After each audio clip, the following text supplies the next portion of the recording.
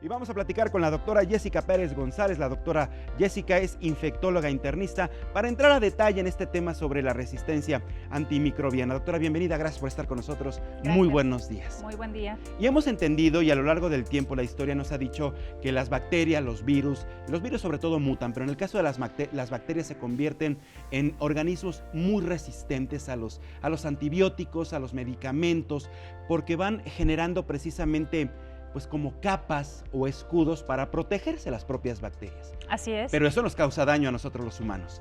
¿Por qué ocurre? ¿Qué es lo que está pasando? ¿Y cuál es la perspectiva que se tiene para los próximos años, doctora? Bueno, la aparición de los antibióticos finalmente lo que hizo fue permitir que se pudieran hacer muchas cosas dentro del sector salud. Muchas cirugías que antes no eran posibles, trasplante de órgano, etcétera. Entonces, la era antimicrobiana nos ayudó con todo esto. Sin embargo, el hecho de que las bacterias estén expuestas a estos antibióticos, pues obviamente lo que hace es que van generando algunas mutaciones para evolucionar. Cuando hablamos de resistencia bacteriana, finalmente de lo que hablamos es de evolución y de la capacidad que están adquiriendo estas bacterias para poder sobrevivir a un ambiente adverso. Entonces, finalmente la resistencia es solamente un fenómeno de evolución en las bacterias que finalmente les ayuda a seguir viviendo. Y de eso nació el antibiótico, tengo entendido, ¿no? Finalmente la finalidad que tiene el antibiótico como tal es darle la batalla a las bacterias, ¿no? Estos microorganismos que generan muchas enfermedades y padecimientos, ¿cierto? ¿Hay otra manera de contrarrestarlas? ¿Hay otra manera de atacarlas, además de los antibióticos? Existen muchas infecciones que pueden ser prevenidas. Algunas infecciones, por ejemplo, en el ámbito hospitalario, es tan sencillo prevenirlas como teniendo un adecuado aseo, lavándonos las manos frecuentemente el personal de la salud, teniendo mucho cuidado en qué objetos se introducen al hospital, porque finalmente todos los objetos que se introducen pueden estar contaminados tanto a su entrada como a la salida, y esto en los pacientes que están hospitalizados, que son pacientes que están más susceptibles, pues les puede hacer más daño a diferencia de una persona que se encuentra en la calle y que podría no pasarle nada, ¿no? Pero aún así, estamos en constante, digamos, cercanía con las bacterias. Nos han dicho, por ejemplo, que los teléfonos celulares, los barandales, por ejemplo, de los tubos de los que nos agarramos en los microbuses, en el metrobús o en el metro, pues imagínense tantas manos ahí agarrando. Claro. O sea, constantemente estamos expuestos a las bacterias. ¿Qué podemos hacer? Esto es correcto. Bueno, hay algunas bacterias que son parte de nuestra flora normal y que también nos protegen. Entonces, es algo muy importante. Esas bacterias son normales para nosotros y tenemos que cuidarlas, ¿no? El no utilizar antibióticos de manera indiscriminada pues nos ayuda a mantener nuestra flora normal. Tener una adecuada alimentación nos ayuda a tener una buena flora, ¿no? Es decir, tener bacterias que sean buenas y que sean las bacterias que nos protegen de infecciones. Y con las bacterias, digamos que del medio ambiente, pues hay algunas condiciones que se pueden tomar, sobre todo desde el punto de vista, esto que menciona de los barandales y demás, tener un adecuado aseo de manos, o sea, tratar siempre de estarnos lavando las manos constantemente, y en caso de no ser así, se puede utilizar de manera eventual el alcohol gel para poder estar desinfectando en algunas situaciones. A ver, doctora, vamos a procesos pues, relativamente o sencillos, digamos, ¿no? El efecto de lavarnos las manos, a todos, incluso desde pequeños nos enseñan a hacerlo. ¿Cuántas veces es lo recomendado al día? El lavado de manos es en una persona que está, digamos que en su casa, es después de ir al baño y antes de comer, que sería, digamos que lo básico. Si en alguna situación, por ejemplo, hay una persona que está en el metro, en el metrobús, etcétera, lo recomendable es que en cuanto llegue a su casa, antes de que empiece a tener contacto con el resto de su familia, etcétera, pues que tenga también un aseo de manos adecuado. Y el gel, por ejemplo, el antibacterial, que además se hizo muy popular a raíz del 2009, después de la infección del H1N1, ¿recuerdas? Así es. Que además la gente empezó a utilizar cubrebocas, a lavarse mucho las manos y a utilizar demasiado estos geles precisamente. ¿Sí son efectivos? ¿Sí es como, digamos, marca la publicidad de que matan el 99% de los gérmenes y bacterias? Bueno, no es tan efectivo como matar 99% de las bacterias. Es útil en algunas situaciones, sin embargo, sí es importante que no sustituye el lavado de manos. Es decir, siempre va a ser más efectivo lavarnos las manos con jabón y agua. Exacto. Sí, porque finalmente esto genera también un efecto de barrido en la piel y pues ahí ahí se van todas las bacterias, a diferencia del alcohol gel que finalmente no hace un barrido completo y las bacterias pueden quedar solamente plasmadas. Plasmadas en nuestras manos. Así Ahora, es bien importante esto que te pregunto, porque finalmente la mayoría de las enfermedades, muchas de las enfermedades que se padecen a nivel mundial y que también están catalogadas específicamente en nuestro país, están relacionadas con las bacterias. Hay muchas enfermedades de origen bacterial, ¿no? Así es. ¿Cuáles son las más comunes y exactamente cómo nos ayudas a entender cómo tenemos que tratarlas, con quiénes tenemos que acudir cuando se manifiestan, doctora? Hay múltiples enfermedades bacterianas. De las que se adquieren en la comunidad, las más frecuentes son las respiratorias, de vías urinarias y gastrointestinales, ¿no? Serían, digamos, que los grandes grupos.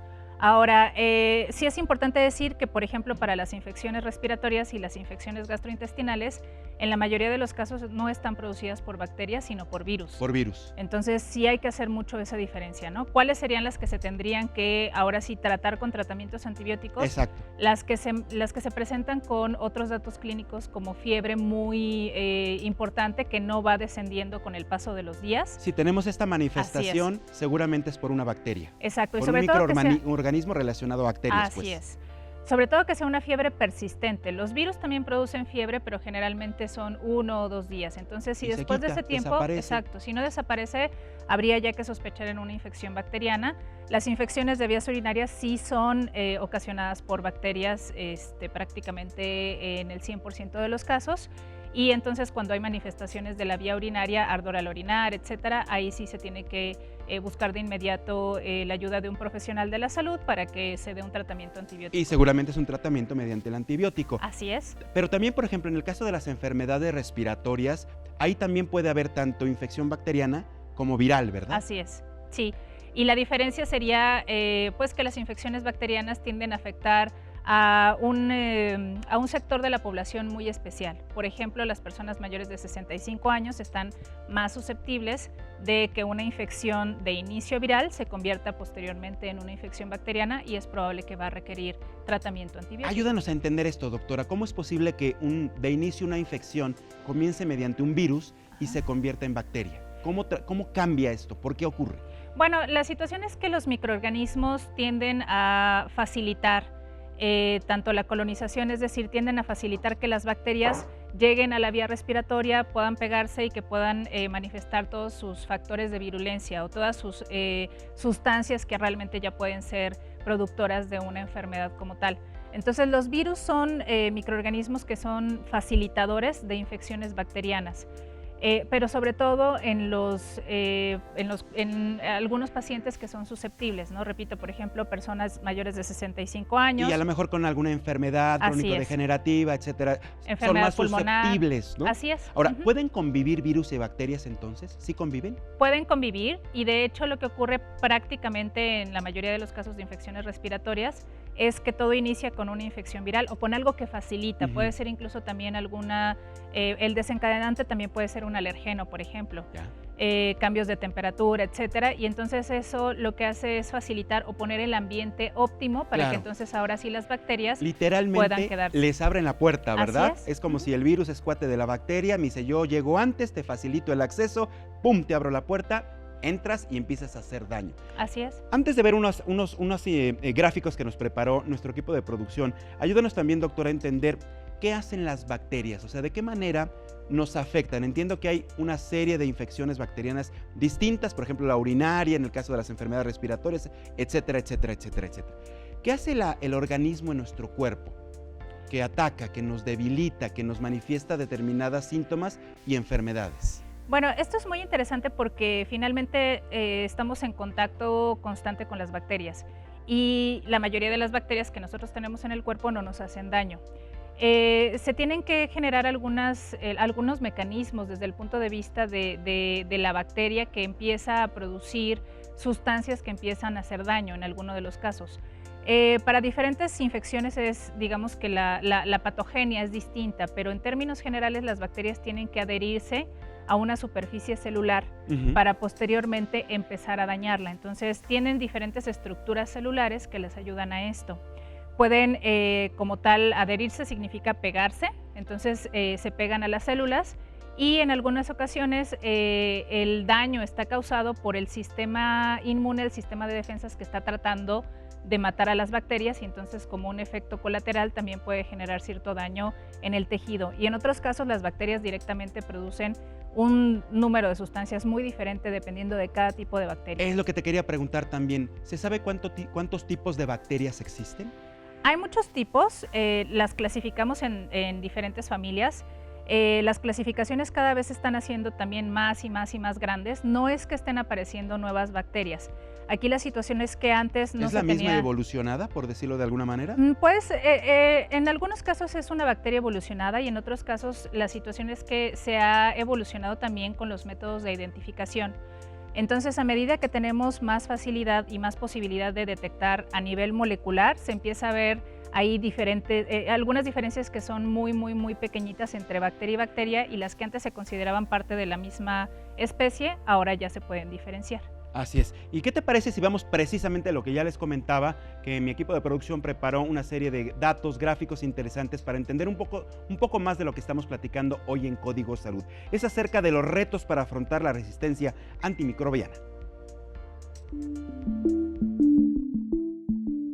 Los retos globales sobre la resistencia antimicrobiana son: regular la venta de fármacos, mejorar los conceptos de prescripción que se apoyan en antimicrobianos, reducir la cultura de la automedicación y combatir la desinformación sobre la resistencia antimicrobiana. Y estamos precisamente platicando con la doctora Jessica Pérez González, infectóloga internista, y nos dice que precisamente uno de los mecanismos para enfrentar a las bacterias, a los microbios, pues a los bichos, como comúnmente decimos, pues es mediante los antibióticos. Y nos preguntan, nos pregunta, ¿los antibióticos son selectivos? Los antibióticos pueden tener, hablamos de un espectro de actividad. Hay muchos antibióticos que no son específicos para una bacteria, eso es importante y esa es la razón por la cual se genera resistencia.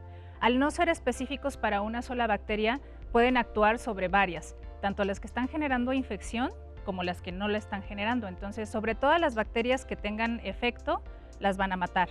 Y a las que no maten, entonces lo único que van a hacer es darles la información para que esa bacteria pueda internalizarla y mutar su información genética y hacerse resistente a ese fármaco. ¿Por qué es tan importante entender que de entrada, por ejemplo, ya en nuestro país, después de ciertas modificaciones a la Ley General de Salud, pues la gente no puede adquirir un antibiótico en la farmacia? O sea, tiene que llegar directamente a la prescripción y la farmacia se queda con la receta precisamente para llevar un control de que se está vendiendo el medicamento o el antibiótico por prescripción médica. Así es. ¿No? Sí. ¿Qué pasaba o cuál es el riesgo de exagerar el uso de los antibióticos precisamente? Bueno, justamente anteriormente pues las personas iban a cualquier farmacia y podían comprar algún antibiótico que incluso ellos mismos hubieran tomado previamente, ¿no? Entonces ya tenían el nombre, lo compraban. Y la situación es esta: los antibióticos no solamente van a matar a las bacterias que son patógenas, a las malas, también van a matar a las bacterias buenas. Las bacterias buenas nos ayudan para metabolizar alimentos, nos ayudan para mantener el estado hormonal normal de nuestro cuerpo, o sea, son muy importantes para nosotros.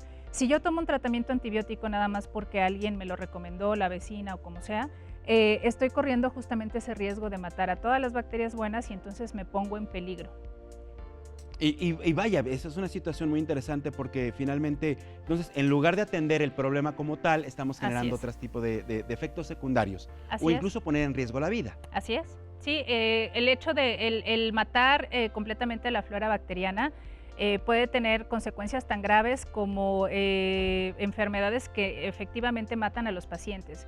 Hay una enfermedad que se conoce como colitis pseudomembranosa que justamente está ocasionada por la muerte de prácticamente toda la flora bacteriana y el sobrecrecimiento de una sola bacteria, lo cual produce un cuadro diarreico muy agresivo que llega a matar a los pacientes. Y aparte es muy común, ¿no? Vemos más casos, por ejemplo, aunque ya está muy controlada en el caso de la diarrea en nuestro país, pues se siguen viendo muchos casos y muchas de estas diarreas son precisamente por bacterias, ¿verdad? Así es, y hay que también diferenciar. Hay algunas diarreas que están ocasionadas por los mismos antibióticos. De manera que es siempre muy recomendable que las personas no se automediquen, ¿no? todos los cuadros sobre todo los cuadros que son persistentes, es muy importante que acudan con un profesional de la salud para que se pueda hacer la diferencia si se trata de una bacteria que se adquirió en un alimento o incluso que esto pueda ser ocasionado por el mismo consumo de antibióticos. Y este punto es bien importante, doctora, porque por eso ustedes, los especialistas, los investigadores, los médicos, tienen que hacer una serie de estudios y análisis a la persona, a los pacientes. Así de es. entrada, para detectar que no sea una infección viral, que sea bacteriana o al revés. Así es. Pero una vez focalizada, saber de qué se trata. Por eso comentabas hace unos minutos que no cualquier antibiótico está prescrito para esta infección bacteriana. Exacto, sí. En hay un espectro grande, amplio, para atacar la mayor cantidad de bacterias posibles. Tenemos muchos antibióticos actualmente y son antibióticos potentes. El hecho de que sean antibióticos más nuevos no quiere decir que sean más potentes, quiere decir que están diseñados para poder tratar a las bacterias que de alguna manera ya tienen alguna mutación de resistencia, y entonces pues ya no tenemos, digamos, que más opciones en los antibióticos que se utilizan, por ejemplo, tomados, ¿no? Y entonces aquí ya hay algunas infecciones que, aunque se adquirieron en la comunidad, terminan siendo tratadas con antibióticos por la vena, porque ya no tenemos opciones de antibióticos, digamos, que más sencillos desde el punto de vista de su forma de tomar. Pero ¿son efectivos todos los antibióticos que tenemos actualmente? Sí. Pero hay tratamientos más agresivos que otros, definitivamente sí. Sí. Hay antibióticos que tienen más efectos adversos, ¿no? Los antibióticos que tienen que ser utilizados, por ejemplo, dentro del hospital, pues tienen el inconveniente que el paciente tiene que estar hospitalizado, ¿no? Y obviamente expuesto también a otras infecciones dentro del hospital.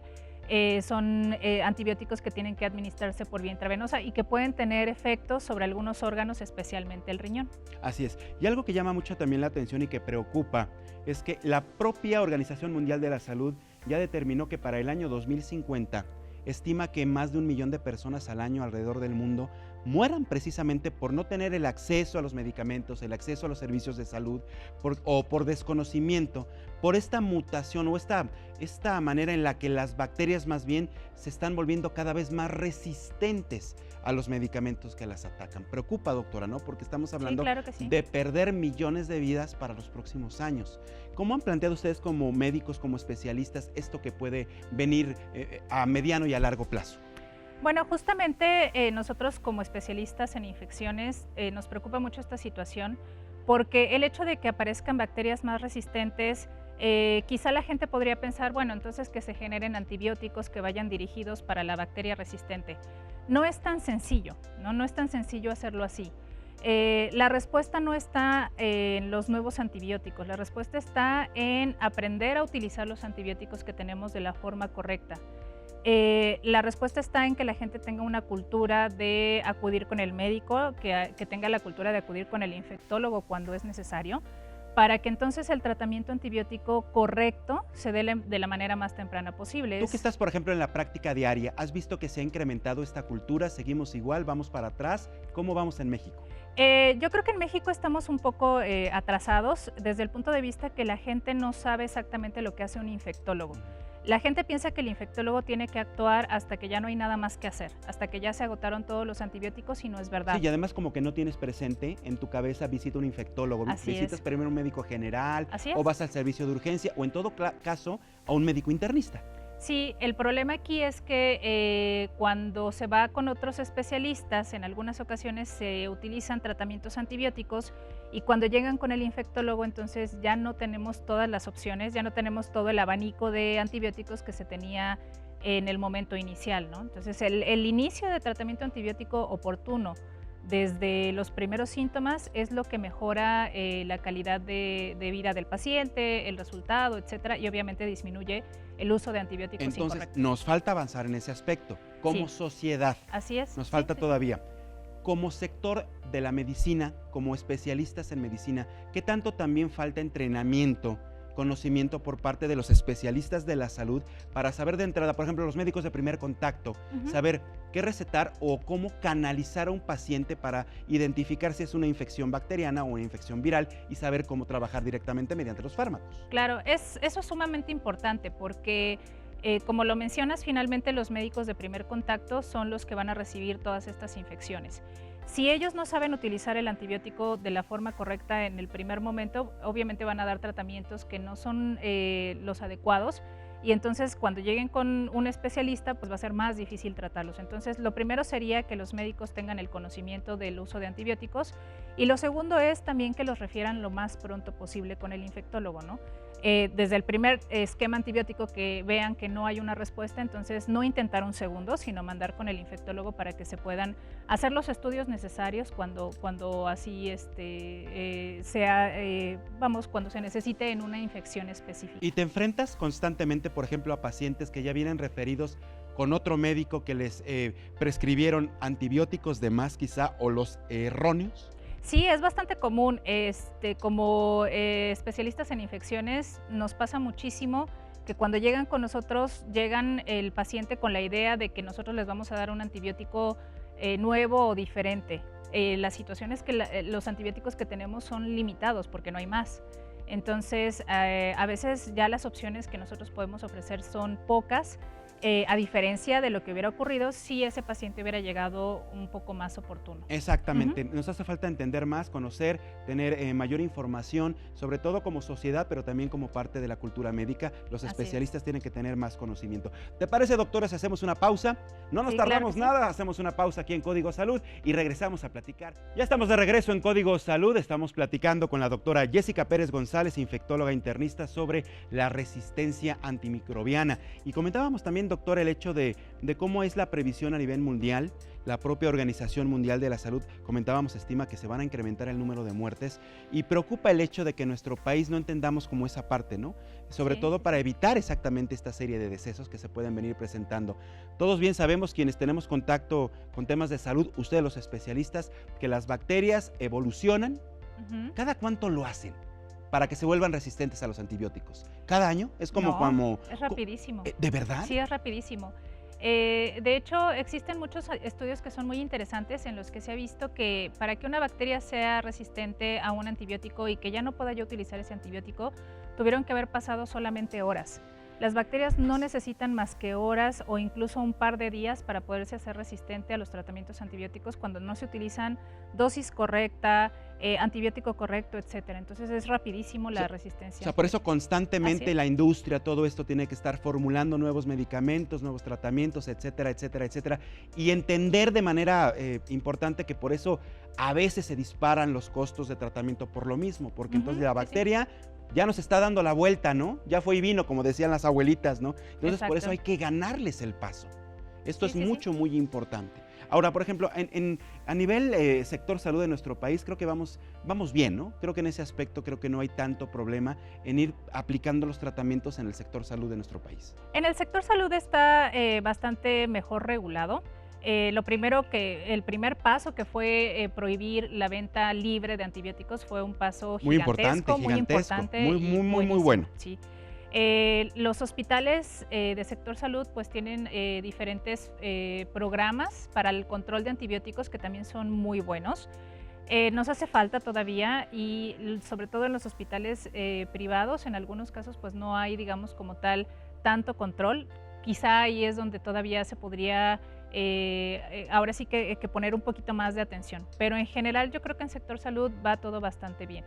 Y me imagino que las dosis y dependiendo el tipo de enfermedad cambia. Ya nos comentabas también al principio que es muy diferente la aplicación en los adultos mayores, que es precisamente un sector muy vulnerable, personas ya de edad avanzada y con determinados padecimientos, que en el caso de los niños y los jóvenes, los adultos jóvenes, también varía mucho la aplicación, las dosis y la enfermedad por la que se esté atacando, ¿verdad? Así es, hay que individualizar, es decir, en los niños pues se calcula por kilo de peso.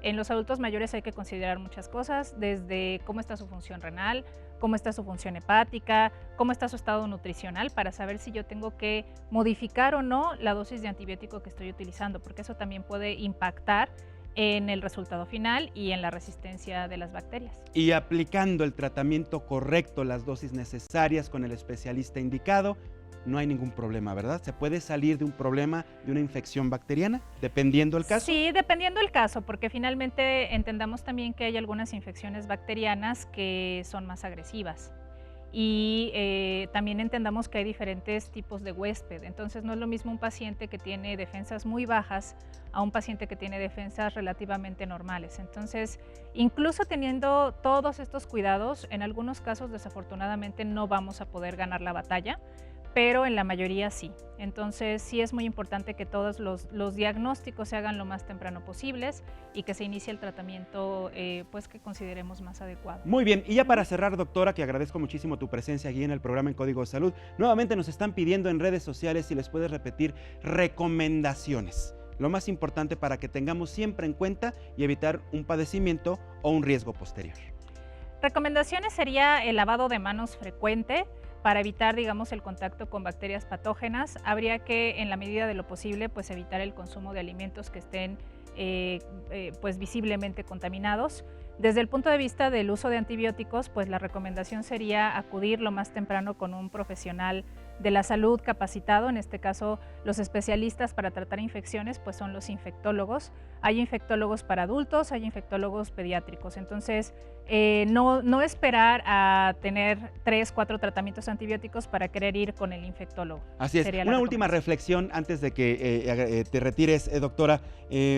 Huicho Chilihuili, que es una persona que constantemente ve el programa, él atiende una farmacia, nos pone: el problema es que los clientes son muy tercos y no quieren pagar, por ejemplo, una consulta y no saben que está la ley de salud. Ya en lo personal, aunque se enojen, no se los vendo. De todas maneras, no tienes que vendérselos si no te entregan una... tiene que ser con receta. Con receta, efectivamente. Doctora, muchas gracias por haber estado con nosotros. Muchas gracias. Aquí en Código Salud, que tengas un excelente fin de semana.